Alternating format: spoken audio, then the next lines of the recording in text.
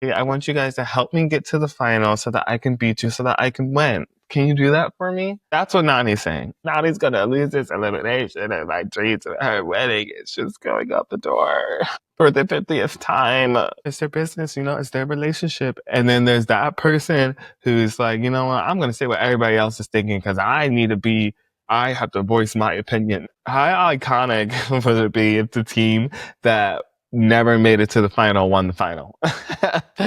That would be crazy. Y'all are the two top teams right before the final. Like, this is exactly what you need to do to win. And if y'all were in that situation, y'all would have done the same. No alliance is necessary. So Frank's like, damn, do we really help this bitch Nani and Turbo win or what? Like, I don't know. Can we beat them?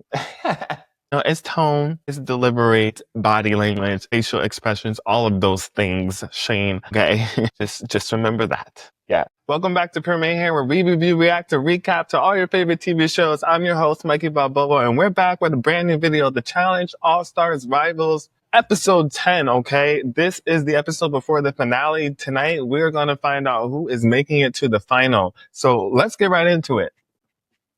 But before we do, don't forget to like, comment, and subscribe. You guys are watching. You're watching the video full. You just need to subscribe. That's how you're going to help your boy out and get monetized so that I can elevate my videos. So please don't forget to like, comment, help me get some viewers, and most importantly, subscribe. Thank you guys so much. I would love to keep doing this. The Challenge is my favorite show, so I definitely want to get these videos out there and up. So please subscribe. We start this episode off with Nani and Turbo pretty much worried about how they are going to get to the final now that they don't have a star anymore. Nani is campaigning around the house to basically just go in next so that they have the opportunity to do so. Turbo is pissed at everybody. He just can't believe that they screwed him over for all of this to happen to where he can't even run the final because he doesn't have a star. He is isolating himself, and everyone is talking about suspecting that the final is basically next after this challenge. Devon is FaceTiming her daughter. She needed that motivation. She needed that love. She needed this energy, this good energy to get her to that final, okay? Says he's a little bit worried because this is about time where his star was stolen in All-Stars 4 by his rival Steve, and he never really got no closure in that situation. But at the challenge, TJ tells him they're playing pressure sandwich, which pretty much sounds like what it is. They have a sandwich of rolls that they have to squish together, and they will reach a series of checkpoints where they'll gather more of these rolls, and that definitely ups the difficulty level and make it harder to get to the end. Some standouts are Devon and Shane. They are struggling with communication. They are kind of yelling at each other, and it's not looking good. People are noticing, and they're commenting, and they're not liking it. Devon knows what needs to happen to get the job done, but she can't communicate it to Shane. Adam specifically is not liking this, is one of the ones who think that Shane is being mean to Devon. A lot of these teams are struggling and they keep dropping, and it's taking them a little bit to just kind of know the technique to this game. But Sam and Frank, they're dominating. They found the fucking sweet spot to this fucking challenge, and they didn't drop once. They get to the end to where they have to assemble their puzzle pieces, and they're the first team to finish, and they're the winners. Basically, it looked like it was a fucking breeze for them. Nani is pissed because she can't throw herself down to get a star. She feels like she's going to be blocked, and she does not want to go home. She wants to reach that fucking final. Devon and Shane were going through it in their challenge. I think Shane was still a little bit worked up and tired and overheated, and Adam tried to help him up on the stage after the freaking challenge was over, and he starts yelling, and Adam's like, dude, speak to people with respect and kindness. Stop talking to me like that, and stop talking to Devon like that. Like, he was standing up for the girl Devon. All right? I don't know. Is he just being a gentleman? Does he really like Devon? Does he dislike Shane? Like, what is the tea here? But somebody said something. Like, at least somebody said something. But, like, some people, like, most people are just like, it's their business, it's their relationship. And then there's that person who's like, you know what, I'm going to say what everybody else is thinking because I have to voice my opinion. And ain't nobody stopping him because they know he right. Like, and that's what it just all comes full circle, and it's so funny because they was all thinking it. Adam then tries to tell Shane again when they're back at the house, like, dude, your behavior. Adam tries to tell Shane, like, I was just trying to stand up for Devon. And Shane's like, dude, I was going black, and you being involved just really made me it was a lot. It was overwhelming. And quite frankly, I think Devon also plays victim. And I was yelling, but I wasn't saying anything mean to her. You know, it's tone, it's delivery, it's body language, facial expressions, all of those things, Shane. Okay. just remember that. Yeah. Adam was trying to be Mr. Nice Guy, and he really gets nice guy because he goes, Shane, you know, I'm still here for you after. And Shane's kind of just dismissing him, telling him to go, like, thank you for being there for Devon.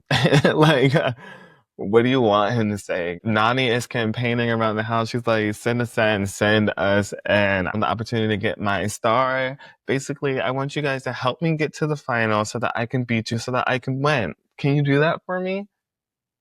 That's what Nani's saying. Frank's like, damn, do we really help this bitch Nani and Turbo win or what? Like, I don't know. Can we beat them? Nani is saying, like, throw me in against anybody. You want me to go against Adam and Steve? I will go against Adam and Steve. I will go against the strongest team in the house because I can't win if don't have a star. So I don't give a fuck. Send me whoever. I'm with whatever. Nani is with that. She is on that. Okay. Nani said, send me in with whoever. Like, challenge queen. Devon is venting to Frank about how she just feels like her partner just enjoys being the villain. And now you know, girl, that is Shane's op. And you gonna talk to him about Shane in front of him? Bitch, I will flip my shit too. Like, really, bruh? To the op? Devon, now you know you wrong. You know you wrong. And knowing my Devon, I know she was saying that loud enough for Frank to hear. I mean, for Shane to hear. She was. Day Day from Englewood. She came out that night. She knew Shane was there, girl. I could see him in your peripheral. Okay, like you knew Shane was there, and you was being messy, and you got the reaction you wanted. And it's like disbelief that like she really did this shit, and she's smiling too. Shane is so pissed, he's threatening to quit. Okay, he's in the room with the producers, like, send me home. In his confessional, he's crying. So Shane is not angry. Shane is hurt, y'all. Okay, this is a man who is going through it. Okay, and I don't know. I feel like it was more of like, I am tired of being the villain, rather than I'm upset about Devon. I think he was more like, damn, my partner too. Like, that was his moment he's probably feeling. And I feel so bad for him.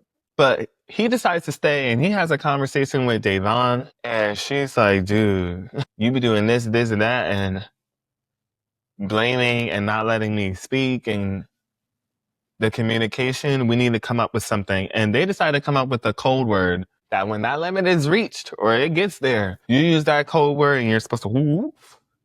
And we're partners again, and we're besties, and resume. Like, that is how partnership works. The fact that they're working on finding a way to better their relationship and the way they communicate so that they can work better as a team is the whole point of this. Like, this was so good to see. And Devon told him straight up, like, you need to really reflect on yourself of why you lash out on people so much. Like, she was keeping it 100 with him, and he's like, yeah, I'm learning a lot. It seems genuine, but like, the only way it's gonna really be genuine is if he stops doing it. So let's see how this final goes when it's, you know, tensions are high again and they need to win again, or you're not gonna get first place. If he starts working well under that pressure, then he really is trying. But if Ocean comes out again during this final, then everything you said here, it meant nothing. Because now you know what bothers Devon. So if you do it again, it's on you. In the gym, Melissa and Nicole, touchy. Never see them kiss or do anything, but a little too handsy for my liking. And Nicole, she is bold. My head hurts, y'all. I don't get it. So she calls her girlfriend with Melissa and on the FaceTime. The girl that she gonna be seeing later on, who you're cheating on. Whether it was to an extreme level or not, that's still cheating. I'm sorry. Especially knowing y'all history that y'all had hooked up before too. What did you think this was gonna look for your girlfriend? My head, y'all. I just don't understand. Is Nicole okay? But I will say, Nicole says she wanted to have kids with this girl. And y'all, I have never heard her say that. So I don't know, she must really like this girl to even have this situation going on. Let's be real. Like, maybe her girlfriend knows how Nicole is and this is acceptable in their relationship. And she might not even care too much. Nicole, your behavior, girl, needs to change. At nominations, Nani and Turbo are like, put us in. Put us in. What else is there to say? We want our star. Please give us the opportunity to fucking fight for it. Like, oh, in. Send me in. Cross me. Stab me. Please, somebody, please send us in. And the house does just that. At the elimination, Frank and Sam decided to throw down Devon and Shane. Psych, you would think, but no. They actually decided to throw down Adam and Steve, who said that they expected this. And yeah, Frank is a big move person. I mean, what else? Like, I'm here to win, baby. Like, y'all are the two top teams. Right before the final, like, this is exactly what you need to do to win. And if y'all were in that situation, y'all would have done the same thing then too. Like, if it's the final next, baby, no alliance is necessary. So the fact you're getting out of here. And I don't care if you're mad. And tonight's elimination is called Star Bluff. Where in the first part, they basically will be playing a game of bluff. Do you have a star in your case or not? Opposite team guesses right, then they get a point. This goes on for 5 rounds. Basically, it was best 2 out of 3. Both teams do pretty well in this, though. They pretty much guess right each time. But Adam and Steve are just off the rails in this elimination. They're like being silly, acting crazy, dancing, moving under the table. Like, Nani and Turbo can't even help but laugh. And Nani's even saying that it's making this elimination fun for her. And it's for the fucking championship. Like, it's crazy. But Adam and Steve have a 1-ball lead in part 2. And honestly, they just seem to just know the rhythm and get it done right away. They don't seem to really struggle much. Nani and Turbo are struggling. They are trying to move too fast, that they're not coming up with a great strategy to even carry the ball in the air and move at that pace. And I'm starting to feel like Nani's gonna lose this elimination, and my dreams of her wedding is just going out the door for the 50th time. And I like want to be happy for Adam and Steve because I really think that they deserve to win this season too. But like, I just really want it for my girl Nani, as I said last week. And I'm just sad during this whole elimination because I'm like, there's no way they're coming back from this. Like, Turbo is good, but Turbo ain't this good. He is. And Adam and Steve take the W, and Nani and Turbo are going home. They had such a good season. They were in elimination twice. 3 times in total. And if they would have won this, made it to that final, it would have been just as well deserved. And I just am sad to see them go because they are such a strong team. And I think if they made it to that final, they could have won. It would have been really close between Adam and Steve and Nani and Turbo, for sure. I love to see them two together. Nani says that they're leaving as family and that they repaired their relationship. And I'm happy to see it. And I want to see them come back again. And I would love to see them as a pair, but don't know how soon we're going to get that ever again. Adam and Steve win their 5th elimination, tying them to the most eliminations won in a season. I just can't believe they're still here. Like, damn, they fucking are all-star season 5 for sure. If they don't take this W, y'all are the people's champ, okay? No matter what, you won this season. Congratulations, I'm telling you now.